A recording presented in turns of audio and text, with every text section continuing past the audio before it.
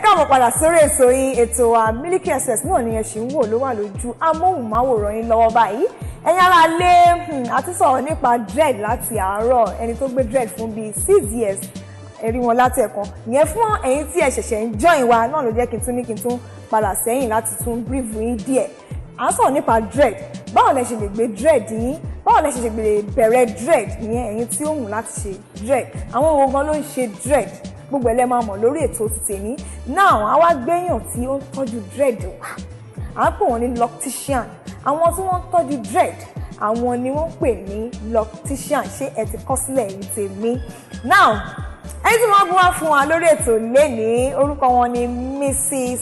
Debbie Ọlájídé ẹ káàbọ̀ sórí ètò wa. Ẹ kú dédé ìwòyí o. Ẹ bá mi kí àwọn ará ilé o. Ẹ kú dédé ìwòyí. Ẹ sì wá kí ló dé láti jọ yìí ìgbà tí mo gbé Mrs. Ewatomi Snail wá mo ní kí ló dé mo lè lé wọn títí ó tiẹ̀ wá ó jẹ́ káwọn ará àti tèmi àwọn ará ilé kí wọ́n rí dread wọn bó ṣe fine bó ṣe gùn tó pé wọ́n ní ẹ̀ sí lára dì ní ẹ gbọ́dọ̀ bá wọn lọ́ọ̀kì ẹ gbọ́dọ̀ bá wọn tọ́jú ẹ káwọn tó wà wọ́n ní láti náà wá bá yín ní London kí ló dé kí ló dé wá sí Nàìjíríà. Mo ti wà ní Nàìjíríà sí mo ti wà ní Nàìjíríà. ó máa bẹ́tà ẹ apologize lọ́dọ̀ àwọn ọtí tèmi. Ẹ má bínú ẹ̀yin èèyàn wa mo ti wà ní Nàìjíríà. Ẹ ṣe ẹ káàbọ̀ sórí ètò ìsìn a ṣe ṣe náà mú mi Mrs. Ọlájídé láti ìgbà tí ẹ ti ń ṣe iṣẹ́ dread mo ní nǹkan tí ó ń gbé mi nínú tí mo fi bèrè bẹ́ẹ̀ àwọn èèyàn bíi mélòó lẹ ti ṣe fún apart from Mrs. Ewatomi.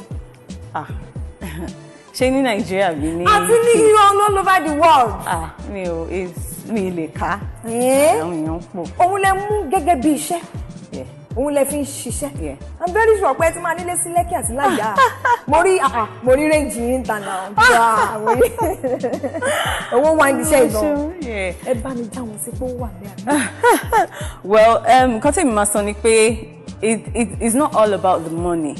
Passion téèyàn bá ní fún nǹkan ló wà important jù. Àwọn tó bá mọ̀ mí tá jọ lọ secondary school tó mọ̀ mí tá jọ lọ polytechnic tó tún mọ̀ mí ní UK wọ́n mọ̀ pé láti ilẹ̀ ni mo ti love anything hair. So passion yẹn ló máa mú any other thing àwa follow. So kì í ṣe pé bóyá owó or anything, it's just the passion you have for something and then that passion takes you all over the world. So that's just it. Yes ma, láti ìgbà tí wọ́n ń ṣe dread á fọ́dún mélòó ma? Well ó ti pẹ́ náà but mo máa ní professionally tí báyìí máa ní mo fẹ́ kà professionally 2003 ni mo bẹ̀rẹ̀ ní UK. Okay, lẹ bẹ̀rẹ̀ ní UK. Ní United Kingdom, London. Ibo ṣé bẹ́ẹ̀ náà lẹ ti kọ́? Ibẹ̀ mo ti kọ́ hairdressing mi. Okay. Mo ṣe NVQ1 ní Newham College, NVQ1, NVQ2 and NVQ3 and then àwa ṣe diploma ní London School of Beauty and Media Studies ní Euston.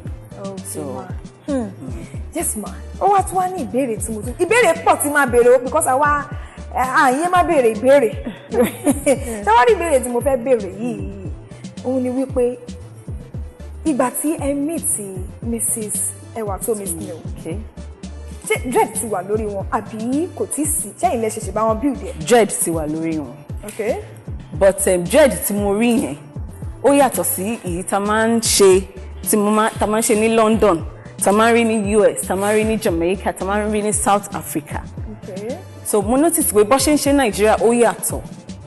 It's not as good and nítorí ẹ̀ làwọn èèyàn ṣe máa ń wò pé má ṣe dread àwọn ọmọkọ́mọ kò tá bá ń wo àwọn film South Africa Jamaica ẹ rí bó ṣe máa ń fine bó ṣe máa ń neat but Naija so ó yàtọ̀. So it's just like starting all over again but ó ti ní but I had to start all over again. Okay. Tí a ṣẹ̀ṣẹ̀ wá bẹ̀rẹ̀ wọn ti ń treat ẹ̀ àtọ́jú mélòó lẹ ti bá wọn ṣe bọ̀. A ti tó 4-5 years now. Okay, tẹ́tí bá wọn ṣe bọ̀ tẹ́tí bá wọn treat ẹ̀. Tí bá wọn treat ẹ̀.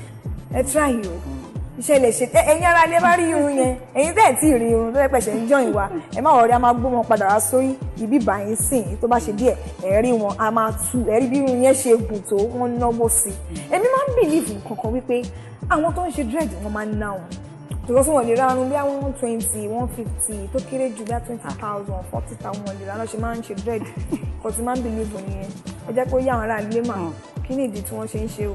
Well, everybody ó depend ẹlòmíì fún fashion ni ẹlòmíì is a statement, ẹlòmíì religious ni ṣòye yín, so ó depend lórí nǹkan tí èèyàn bá choose àti ṣe.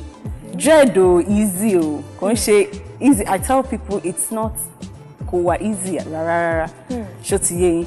So and then kì í ṣe pé bóyá àwọn tó láhùn ó wọ́n, àgàrà téèyàn bá fẹ́ bẹ̀rẹ̀ ìbẹ̀rẹ̀ ẹ̀ wọ́n, but tó bá ti join irú ẹwà tó mi ń gbà mí oṣù mẹ́ta lè má rí ní salon kò pé, but ìbẹ̀rẹ̀ yẹn nìkan lè máa náwó.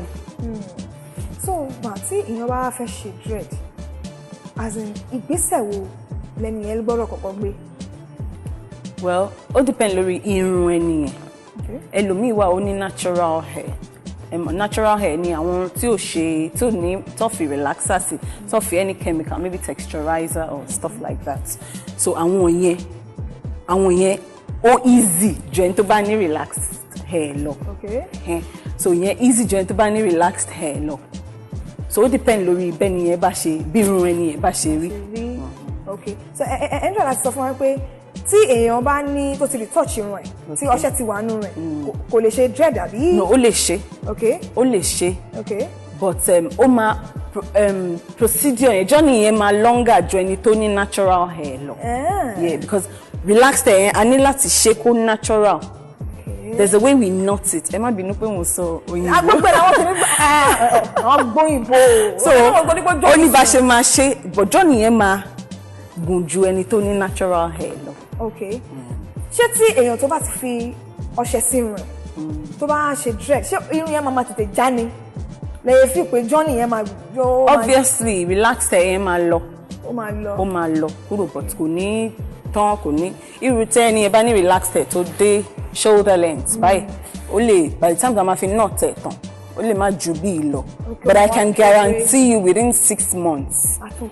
Ó máa padà. So nísìnyí ẹ̀ ń fẹ́ láti sọ pé ó máa padà, as in àwa kéré yẹn tí èèyàn bá retouch á padà sí normal natural. Okay. But now fún àwọn tí wọ́n ṣẹ̀ṣẹ̀ fẹ́ bẹ̀rẹ̀ tí wọ́n ò tí ì fọṣẹ sí irun rárá, kí ni nǹkan táwọn náà máa ṣe láti má bàjẹ́? Wọ́n kàn máa wọn ò ní fọṣẹ sí irun wọ́n máa fi irun yẹn lẹ̀ natural. And then we'll start. But ṣé wọ́n máa rí kúnkùnkùn á wá kébé? Nǹkan tí máa sọ fún àwọn èèyàn because kémi tó bẹ̀rẹ̀ irun dreadlock yẹn, I see as in mama consult.